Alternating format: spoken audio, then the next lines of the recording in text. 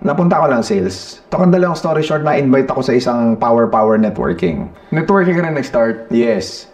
So, na-invite ako doon. Tapos, parang sabi ko, kung mahina ako sa eskwelahan, baka dito may pag-asa ako. Hindi mo i-name drop kung anong power siya? Nung araw mo yan, wala na naman yun first quadrant. First quadrant. Sino nag-invite sa'yo? Kaibigan mo? Kamag-anak? Nag-invite sa akin kuya ko, nag-invite sa kanya yung kamabata niya. Okay. Doon nagsimula. Pero, ito yung tanong. Siyempre, marami ka na na-podcast rin, na marami ka na-interview. At siyempre, nahalata mo na din, at nahalata ko din. Halos na negosyante is nag-start sa networking. Not halos lahat ng negosyante. Let's put it this way. Yung mga magagaling na negosyanteng nakakwentuhan ko, karamihan na sa networking nang galing. So, tingin mo bakit? Ano kayang reason nun? Relentless. So, if I will describe networker as a business owner, they are relentless, unstoppable. Unstoppable? Yes, kasi kahit gutom yan, hahataw yan. Kahit walang pamasahe yan, gagawa yan ng paraan. Kahit walang resources yan, magkakaroon ng resources yan.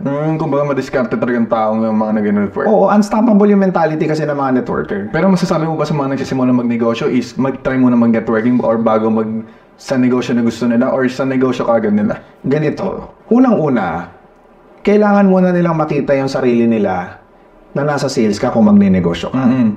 And the best platform for sales is actually becoming a networker, or be a networker. Yun yung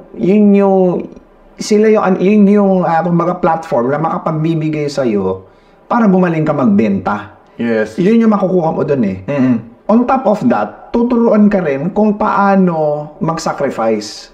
Kasi dami yung sacrifices sa networking. Totoo. Sacrifice mo yung oras mo, sacrifice mo yung pera mo na natitira, na ibang pipiin mo, sacrifice mo yung health mo kasi talagang walang hinto na trabaho yan. I mean, nabibuild yung character And success kasi, ang hindi naiintindihan naman ng marami, success is character.